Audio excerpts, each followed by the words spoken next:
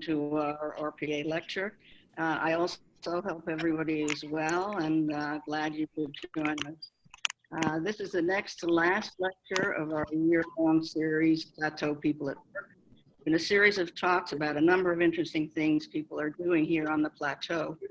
The last and final lecture of the series will be in June, the 11th, I think, and it will be Pete Wagner of Wagner Farms in Postonfield. It's a family-owned dairy farm of some 400 milking cows. And a particularly interesting thing about it is its digester, which somehow uses cow manure to produce electricity. So I hope you'll join us to hear all about this. It will also be a Zoom lecture. Tonight will be an interesting evening, I think.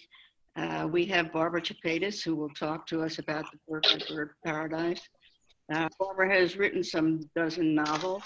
She teaches at the College of St. Rose, and she's a regular guest on WAMC's Vox Pop. But she's here tonight because she's written a nonfiction book, actually two, about the Berkshire bird paradise. So she can tell us about the paradise and about its founder, Pete Dubacher. But we also have Liz Dubacher, Pete's daughter, here tonight, who's been helping him, and Pete too, and I think he has a special guest to show us. So after Barbara's presentation, she'll be asking both of them to speak and to tell us about the status of the paradise and how it's going since the fire. And you, of course, will have an opportunity to ask questions too. So it gives me great pleasure to introduce Barbara Chapatis. Hi, everyone. I hope you're all well.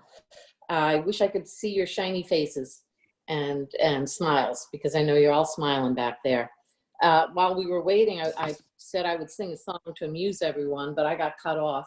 I'm going to sing that song anyway, because I almost always introduce my speaking and readings with a song. And you can just hold the song in your heart.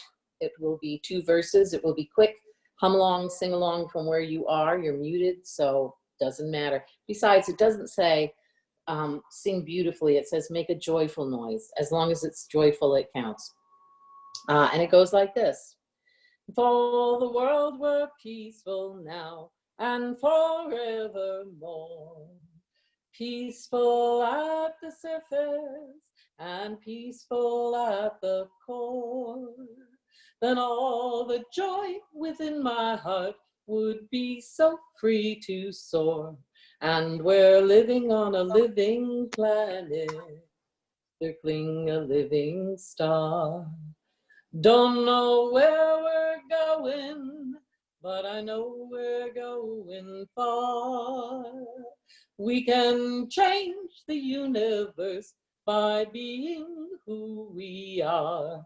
And we're living on a living planet, circling a living star. One more verse.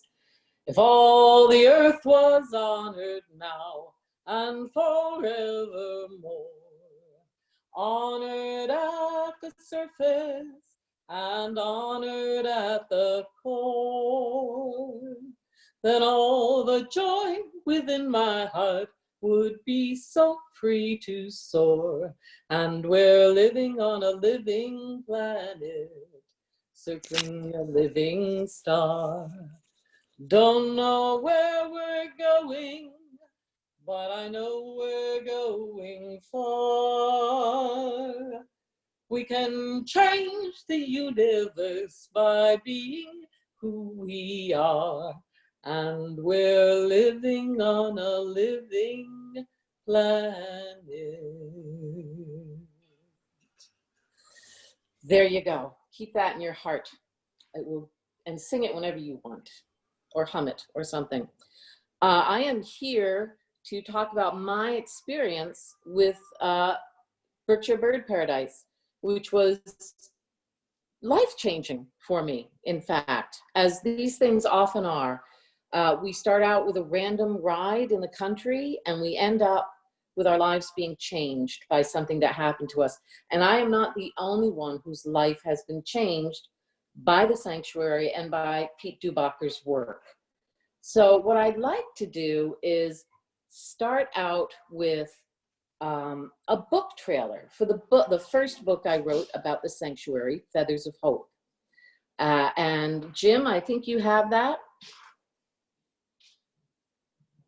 Yes, Jim? If we can play it, then you'll just really see what my experience was.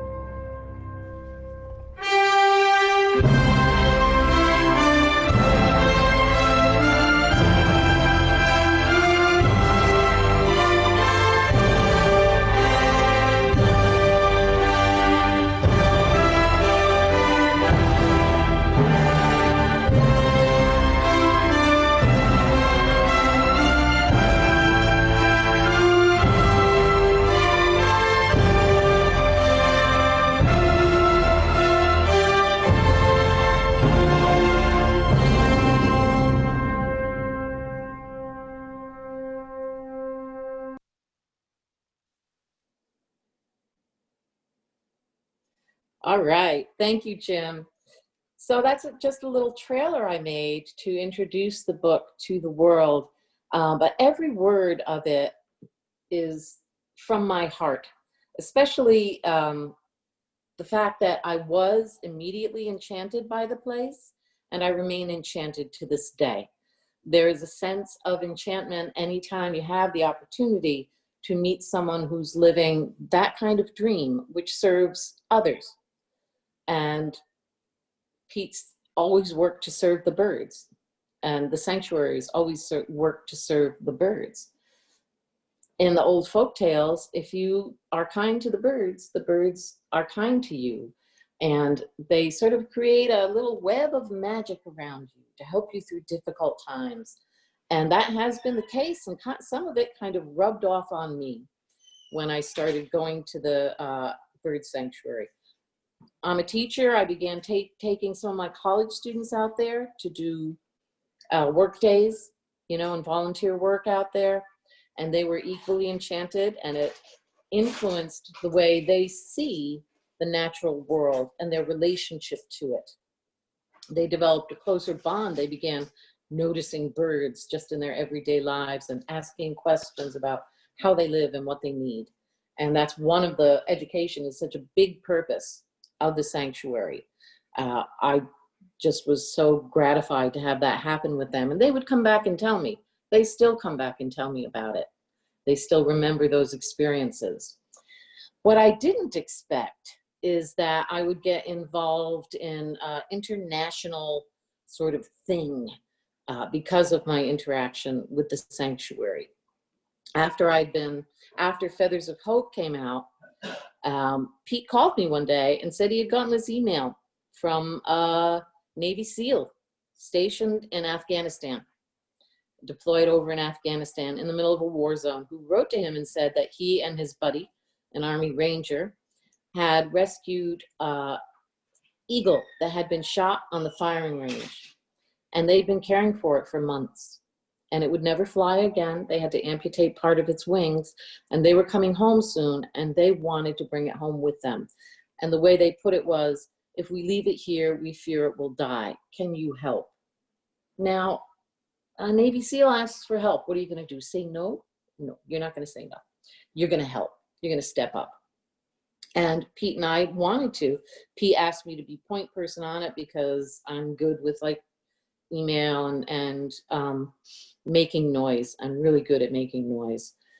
So I began that process, which I thought would be simple. How hard could it be? We have to find transportation. This is a Navy SEAL and an Army Ranger and an Army veterinarian, a woman who was an Army veterinarian asking for our help. Of course, that's going to be simple.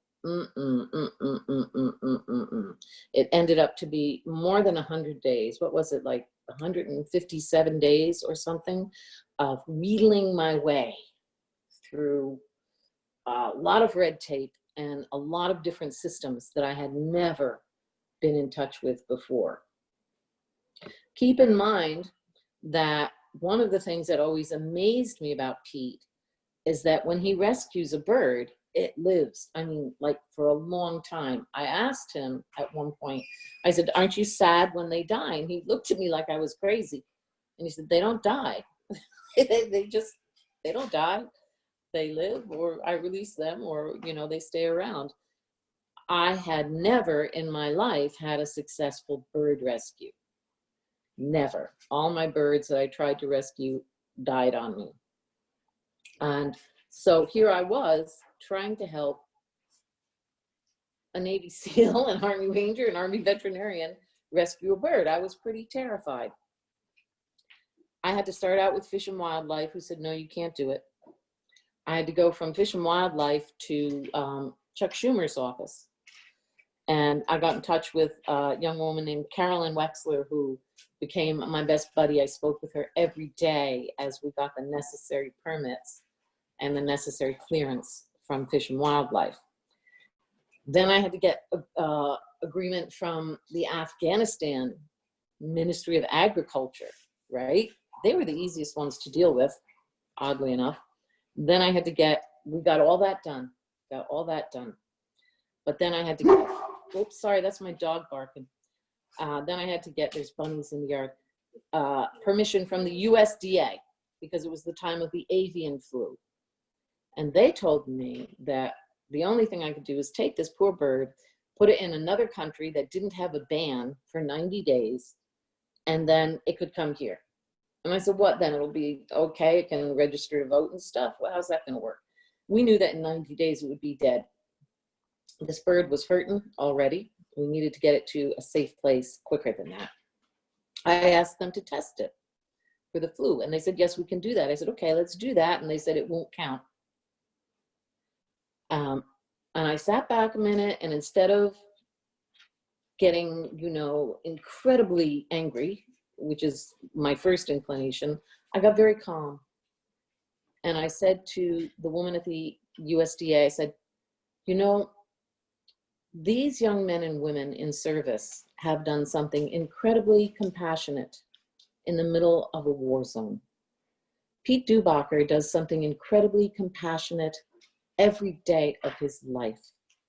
I have every confidence we can support that kind of compassion. I have every confidence we're going to find a way to get this done, and that you're going to work with me on it. And then I called a friend of mine who writes for the newspaper, and Paul Grondel, in fact, and I called the White House. And the White House at that time had something called, this was in the Obama era, something called the Office of OPE, Office of something, Office of Personal Engagement for weird problems, anything that didn't fit anywhere else. And I called them and I explained the situation. I said, we need this, we need to get this done. We need to figure out a way, a routine so that the bird can safely get here and be tested and all that. And the next day they called me back and a guy answered. I saw on my ID on my phone said the White House. I said, oh, got to take this. And the guy on the other end said, my name is Bond, Brian Bond. I said, yes, you are so gonna help me. And he did. Between what he did, what Paul Grondel did, what Chuck Schumer's office did, and oh boy, someone in the State Department, there were just other people. It was amazing how many people were involved in getting this one bird over here. We were able to get the bird here. Then we had to get transport for him to go into quarantine for 30 days to make sure all was well over here stateside. And I got help from an organization called Pilots and Paws, which it's a group of volunteer pilots who will fly needy animals, needy rescue animals where they have to go. It was their first eagle. They were the best ever. They waited through delays. They made sure they were there when I needed them, and they got Mitch, Eagle Mitch, that's his name, where he needed to go. And I picked him up from quarantine and drove him to the sanctuary. The day I drove him to the sanctuary, I had 2 people from the press in a rented SUV with this precious bird in the back. And I'm still terrified because let's remember, I've never successfully rescued a bird. And as we're going down the thruway from Newburgh to the sanctuary, I'm noticing all these cars off the road. It's like November 7th. I'm going, why are people pulling over? Turned out the road was a sheet of ice. The thruway was a sheet of ice because there was an ice storm going on, and then it started to snow. So I ended up driving this bird through a blizzard to get to the sanctuary. And I was so, so terrified to lift up that cloth from the cage when we got there and say, is it still alive? And it was, and it went into Pete's care where I knew he would be safe. And he's still there, and he's still safe. Jim, don't we have a little clip about that? So, Barbara, we have the one that's titled Navy SEALs Rescue the Wounded. Is that the one? Yep, that would be the one. Okay. Give me 1 second here.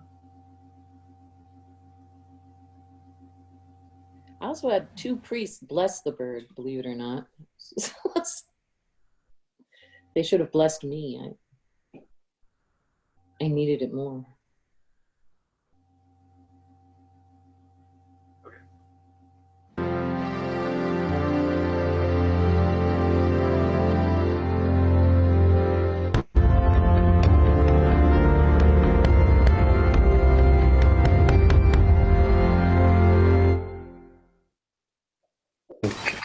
We had our doubts. We didn't think it was even going to happen.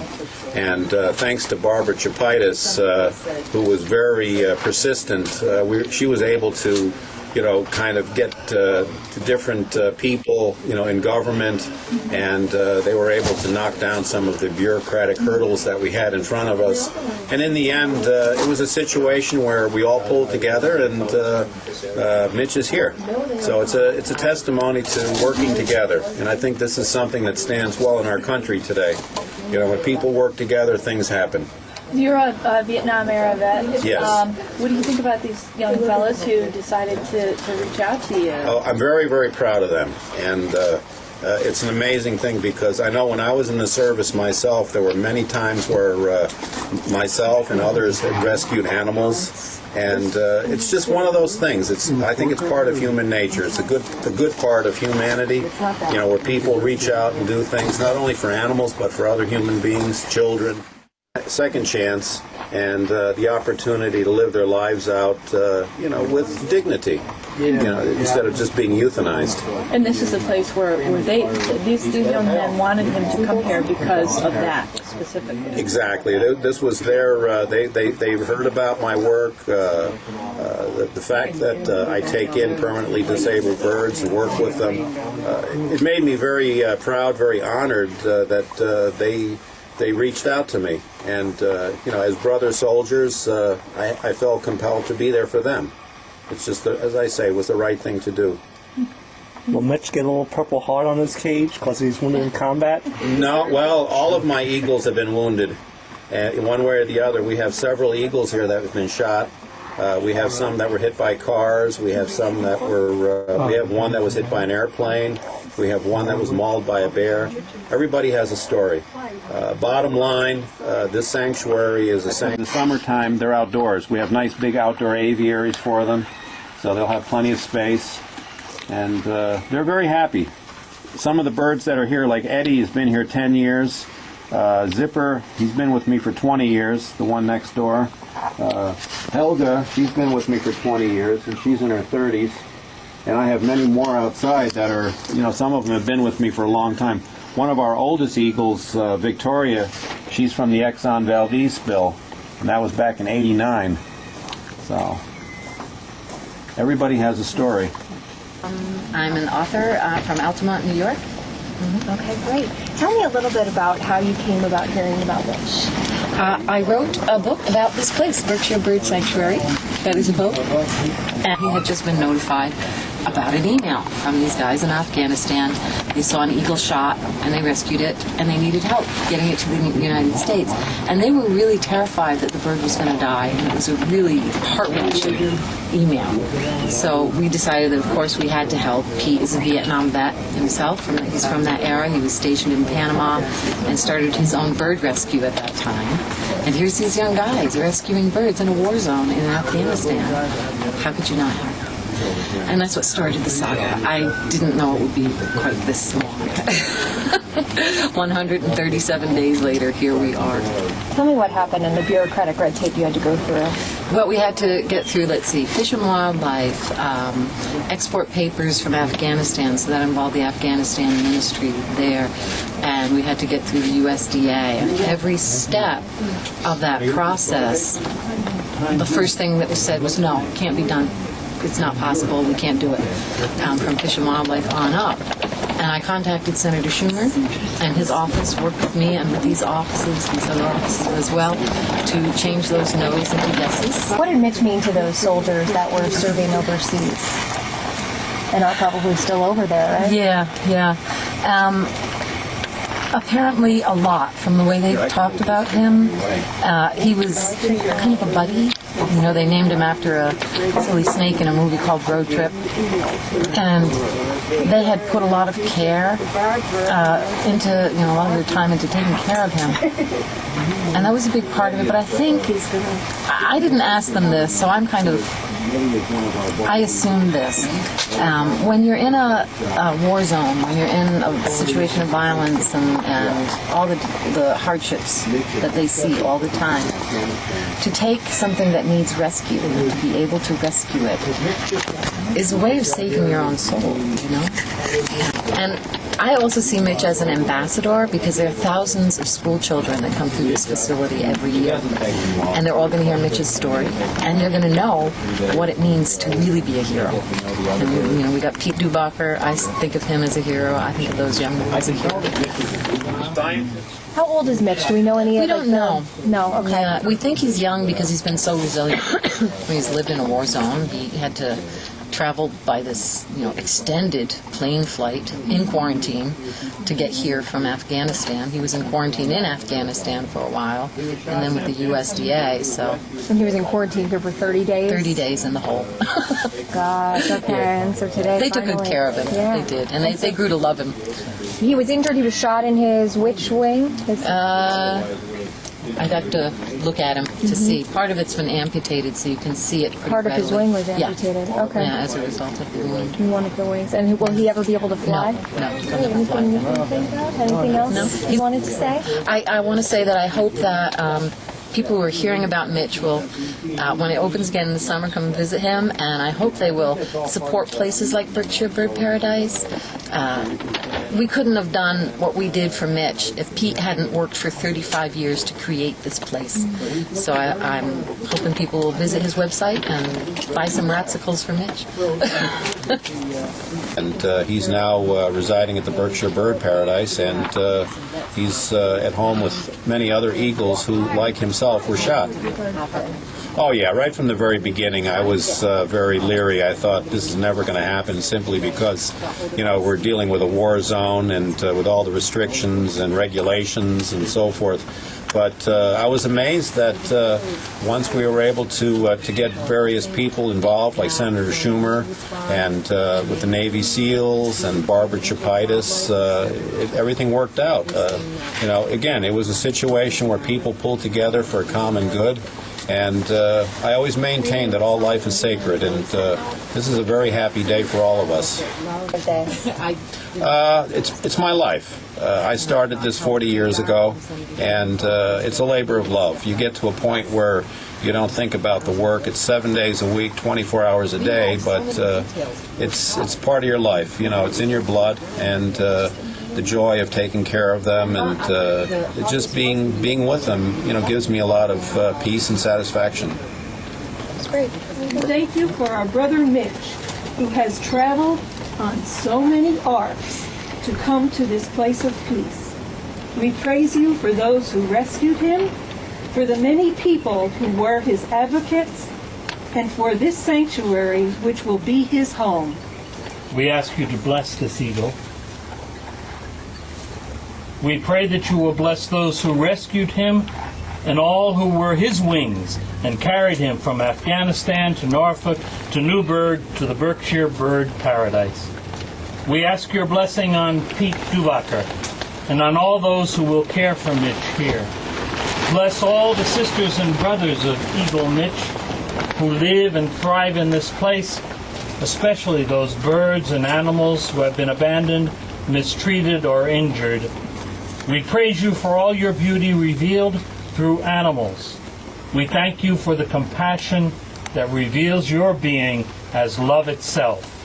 Help us to remember that all creatures are our brothers and sisters, and give us what we need to care for each other. Sacred the land, sacred the water, sacred the sky, holy and true. Sacred all life, sacred each other, all reflect God who is good. If you read or hear about some of the other stories about some of the other birds that are here, you know, it's compelling to think that each one, behind each bird, there's a human being. Somebody took the time to rescue them and to go out of their way to try to find a sanctuary for them. And that's what this place is all about. This is a sanctuary for birds, and we try to accommodate as many as we can. And, you know, we welcome the public to help support it. This is a nonprofit. We're not a for-profit business, and the fact that we're able to do the work that we do is incredible because with a very limited budget, it's amazing how many birds are already living here. So.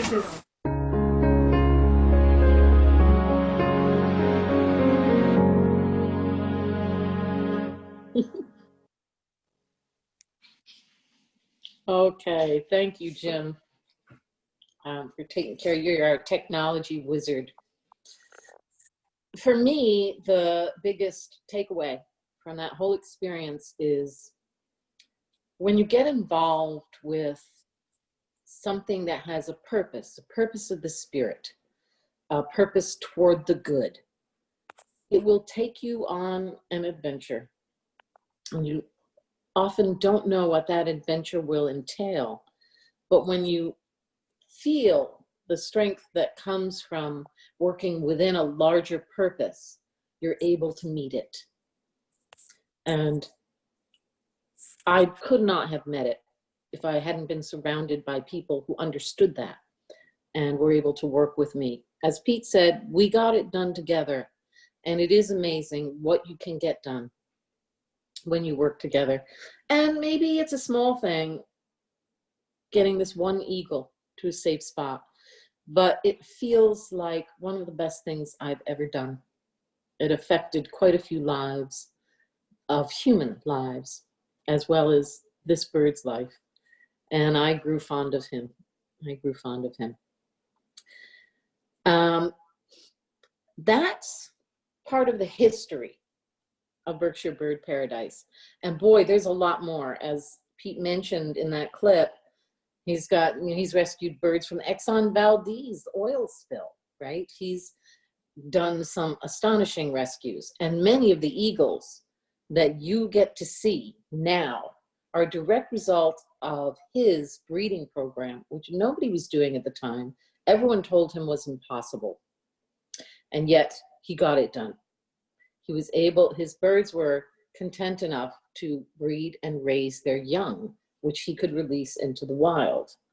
And we are talking a lot of eagles. There's another whole little video about that called All for the Birds. We're not going to show it right here because it's a little long, but you can find that on YouTube and watch it. And that's primarily about his eagle raising and release, which is an astonishing history. That's the history.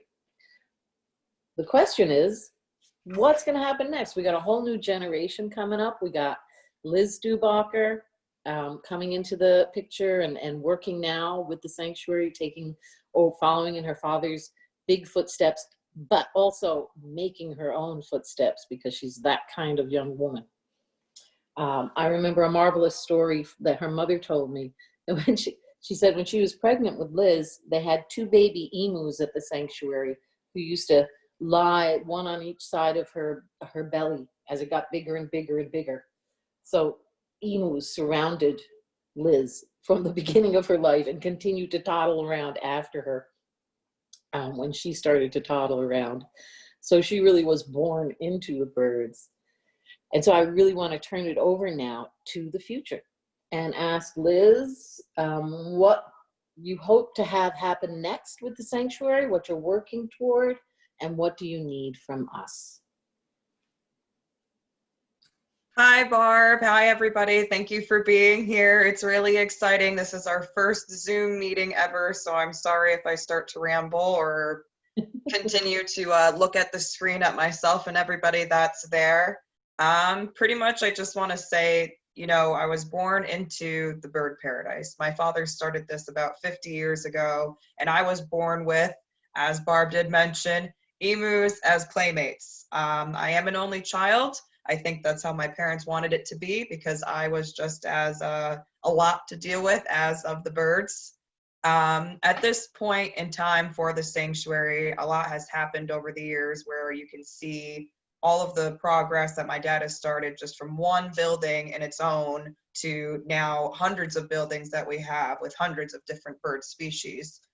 Some of those species are eagles, in fact, and a lot of our goals for this 2020 season is to have new eagle enclosures built. At the point right now, everybody is unfortunately dealing with the coronavirus, and we are affected with that as well. We do not have as many volunteers joining in to help us at this point due to the fact of social distancing. And with everything else going on with everybody else's lives, it is tough to think about nonprofits like my own. But we are asking for help. We're asking for more people to want to be involved with us, even if it has to be with online things, because I am not tech savvy. So if anybody wants to join in and help us volunteer with any ideas that they have, that would be awesome.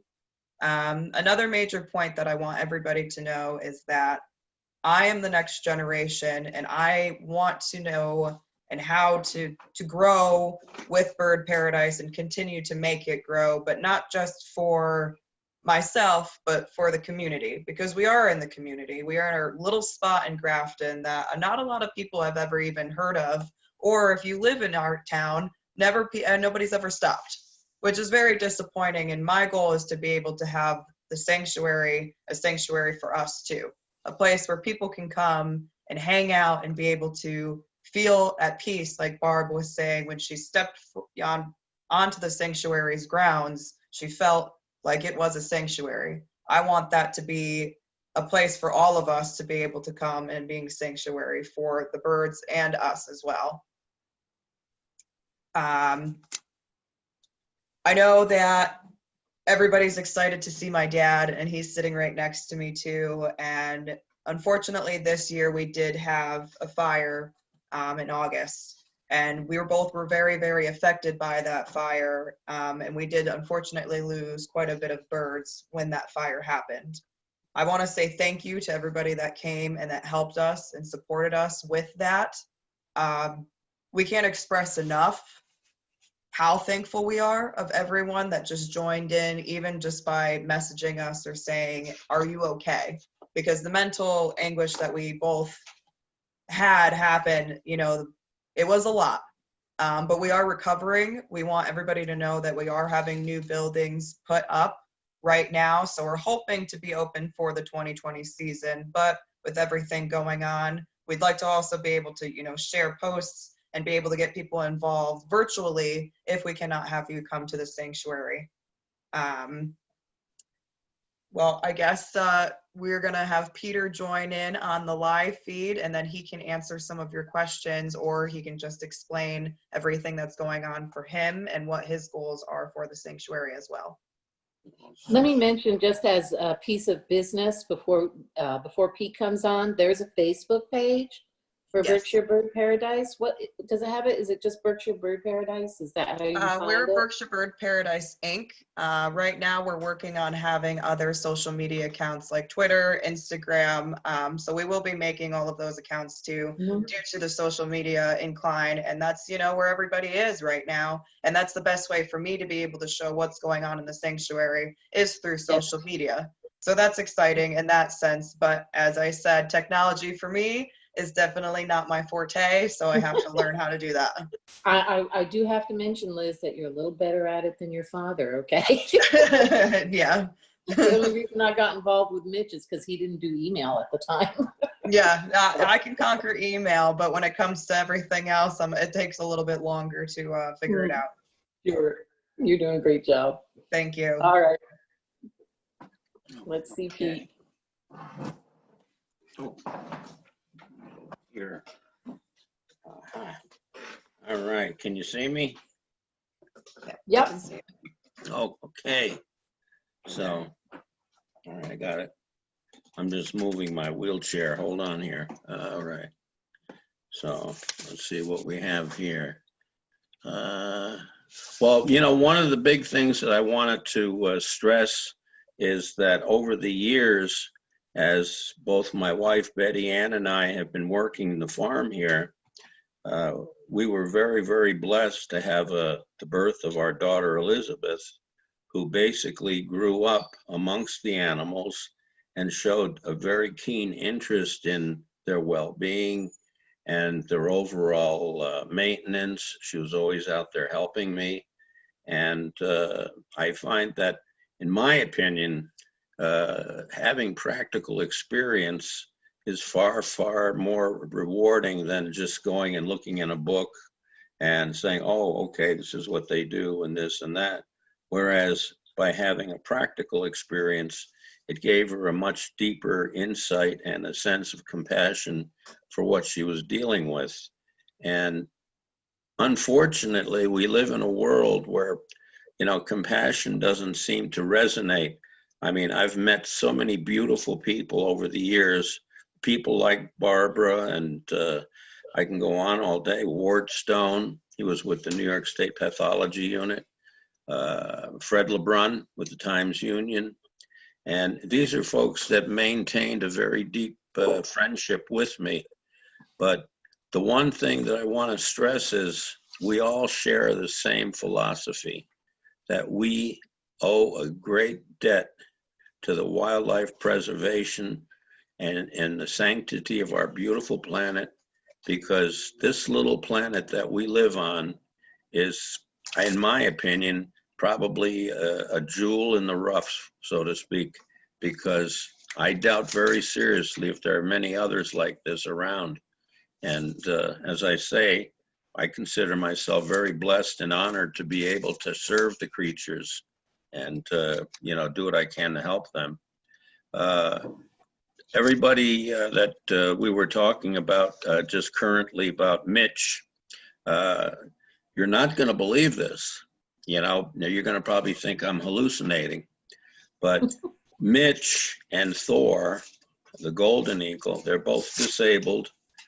Thor is a beautiful golden eagle whose right wing was amputated.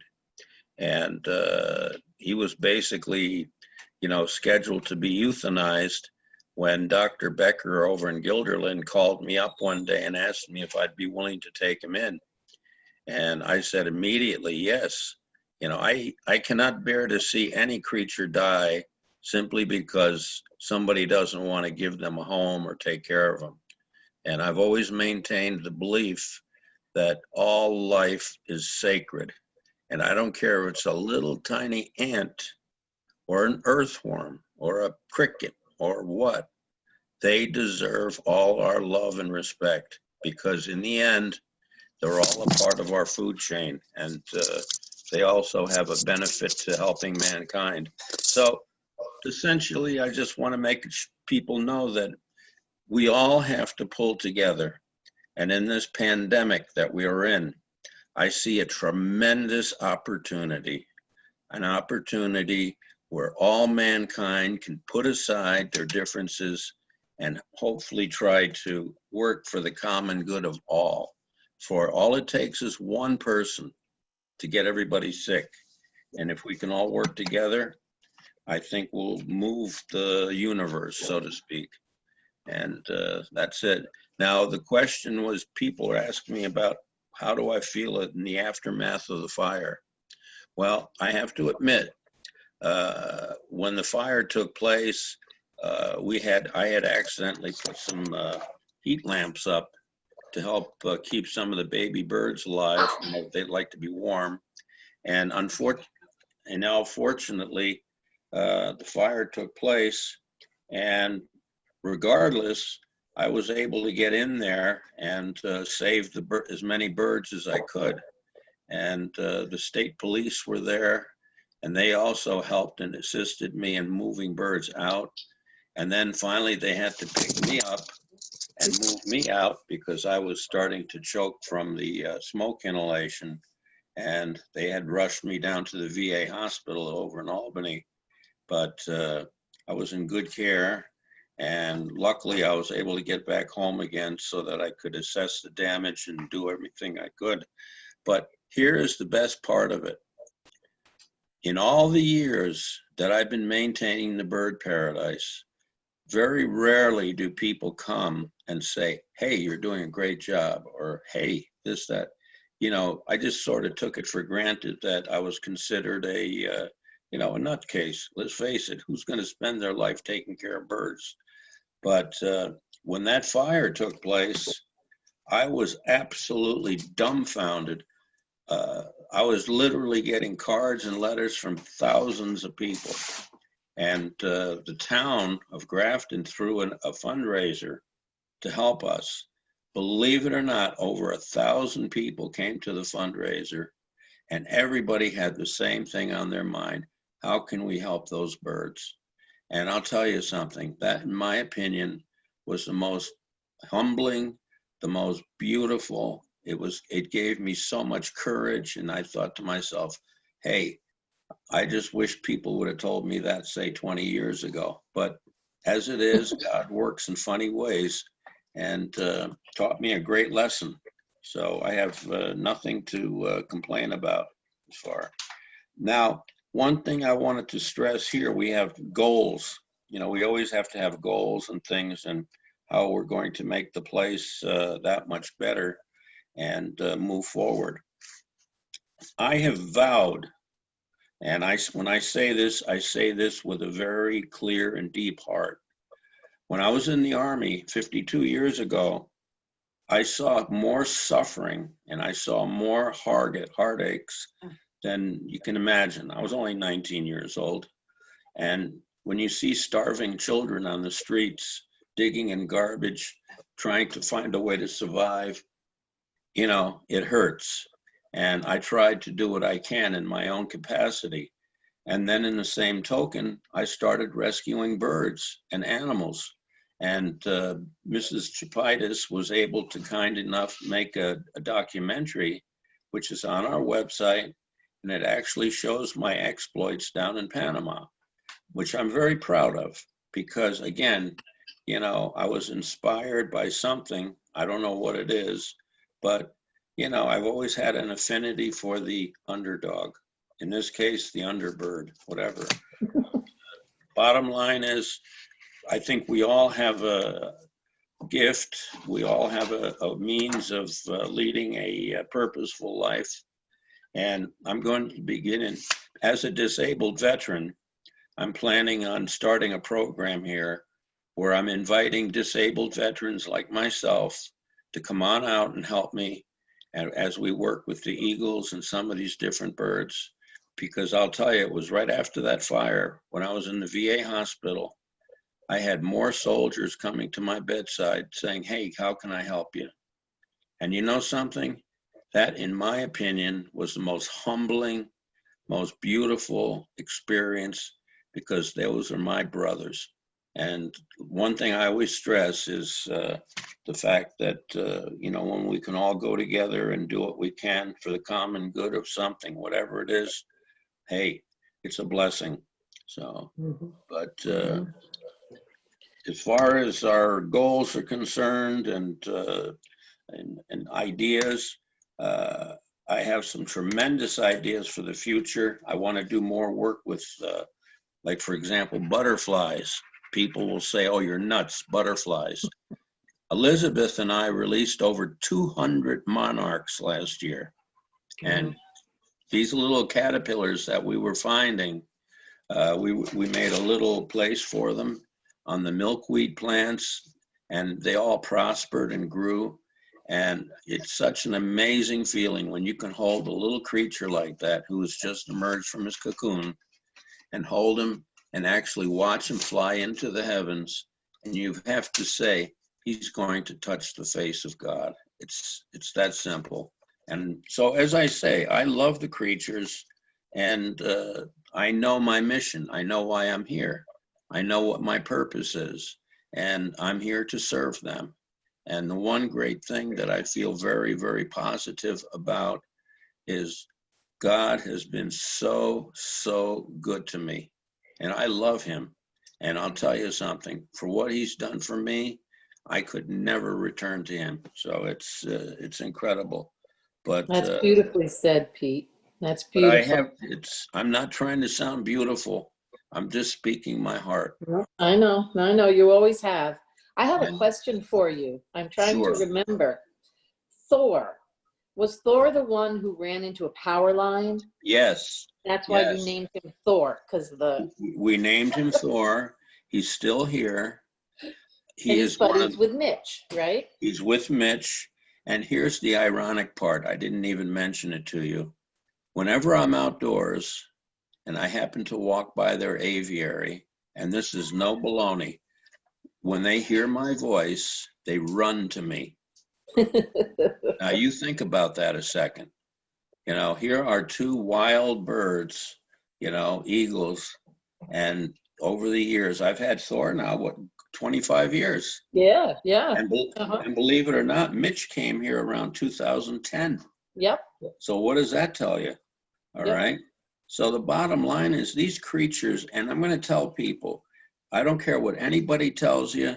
I don't care what the professors and all these big shots tell you. Animals are a heck of a lot smarter than we give them credit for. And they know a phony when they see one. And if you're a kind and loving soul, they know that too. They can sense things that we don't even comprehend. And I'll tell you something, I feel so blessed and honored to be able to do what I'm doing. And I just want to be here to help guide my daughter, because as my father said before he died, he said, never shall the bird paradise cease to exist. He believed in that so much. They're very caring too. Like the Persians, they love their animals too. Oh yeah. Sure. You know, but those damn Protestants and Christians, they're a bunch of pigs. Yeah. You don't tell a foreigner that you're Christian. You tell them you're Lutheran or Roman Catholic. Roman Catholics were around the world. People know who we are. Mm-hmm. Who the hell is that? I tell them I'm a freelance pagan. So, and then everyone stays away from me. Well, are there other questions? I would like to find out, are there questions? From the United States, or you're a Barbara. Canadian. You know? yeah, well, I'd Are like there to, other questions in the chat?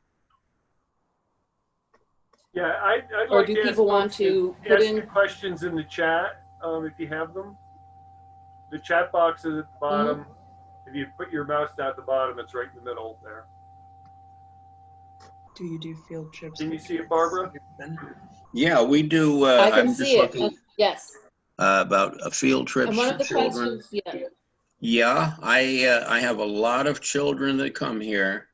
Every year we try to inspire them. It's an amazing because children, you know, inherently they already have the act of compassion within them.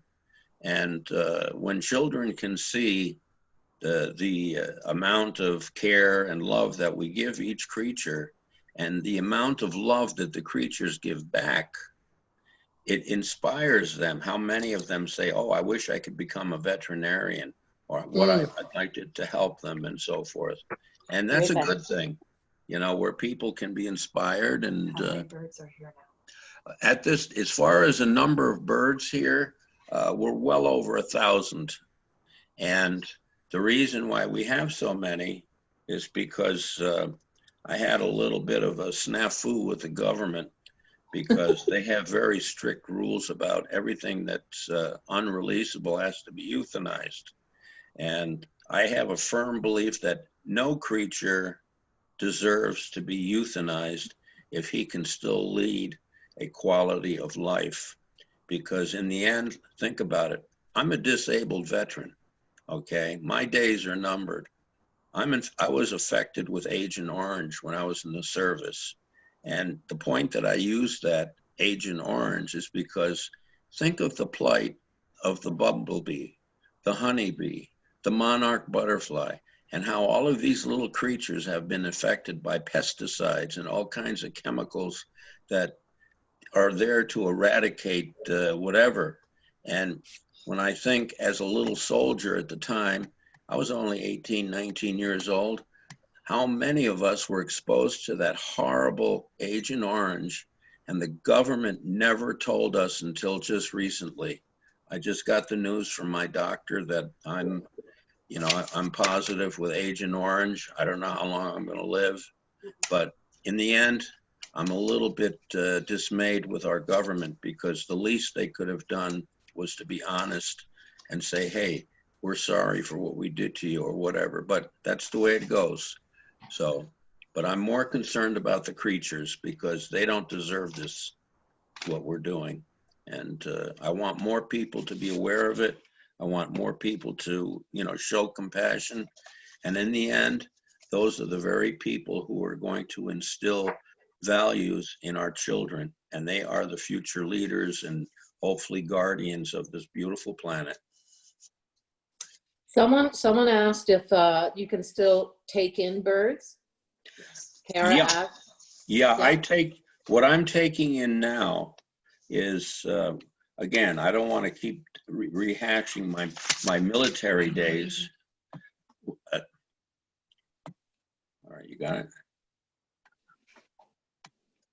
Is everybody still there? There you go. Okay. Yeah, we're still here. I don't want to keep rehashing military days, but again, when I was in Panama, you know, to see how animals were treated, you know, some of the most beautiful, pristine creatures. And imagine, this is 52 years ago, 1968, and you watch them burning down the forests, and you would see animals crawling away from the fires. And I looked, and I was grabbing creatures and doing everything I can to make them comfortable and try to save them.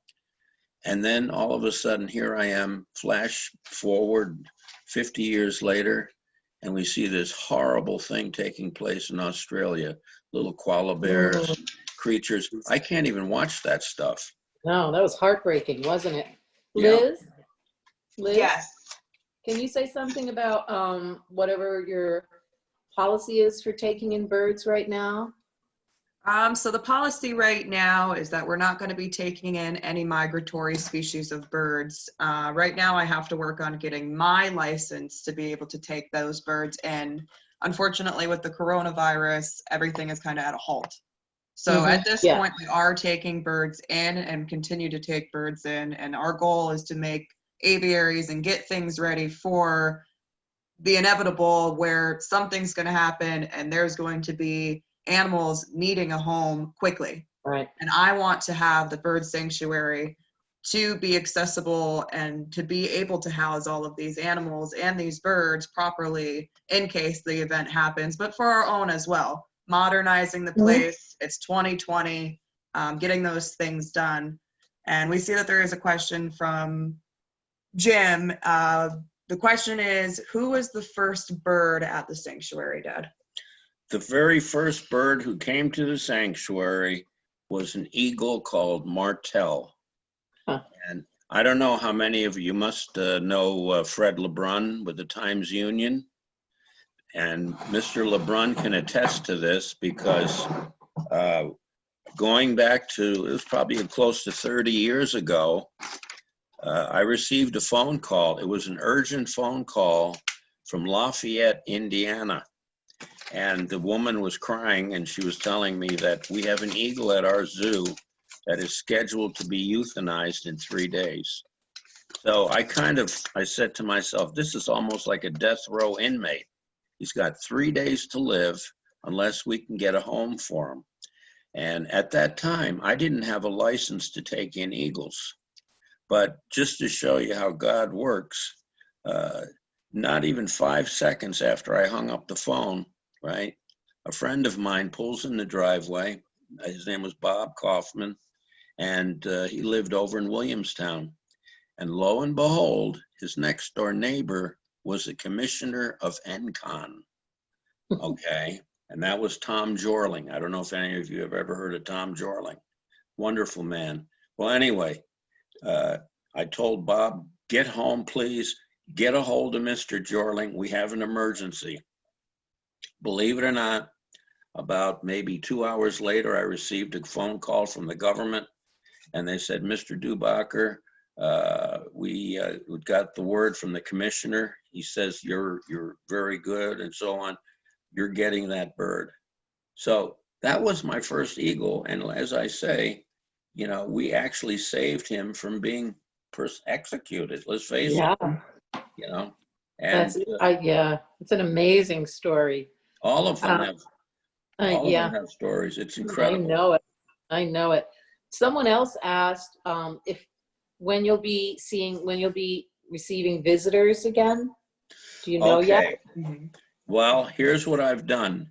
I don't know if you're all aware of this, but just a few weeks ago, various felines, tigers, lions, believe it or not, house cats, dogs, tested positive for the coronavirus down in New York City, in Long Island, the Bronx Zoo.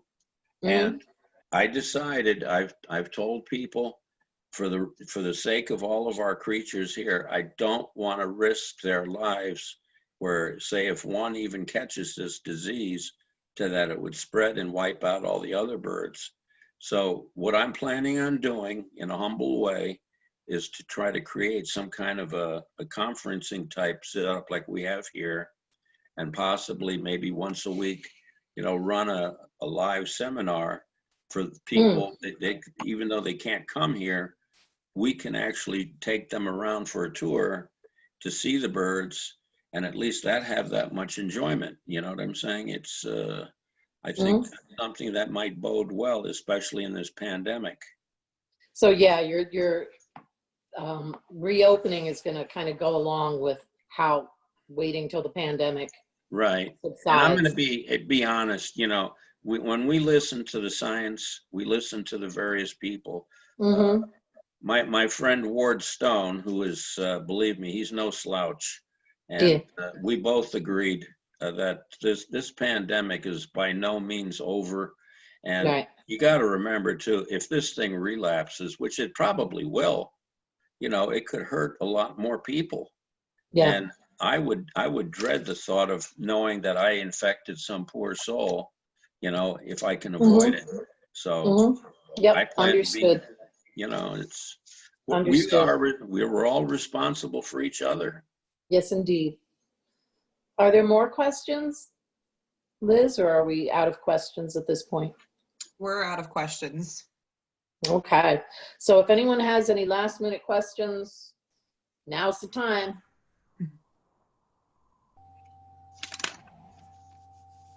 Okay, good. Okay, well, if we have no more questions, I'd like to thank you, Barbara and Liz and Pete for a wonderful evening and very inspiring, actually. So Good. thank you from all of us. Thank you. You're very Thank welcome. Thank you. You. God bless you all. Okay.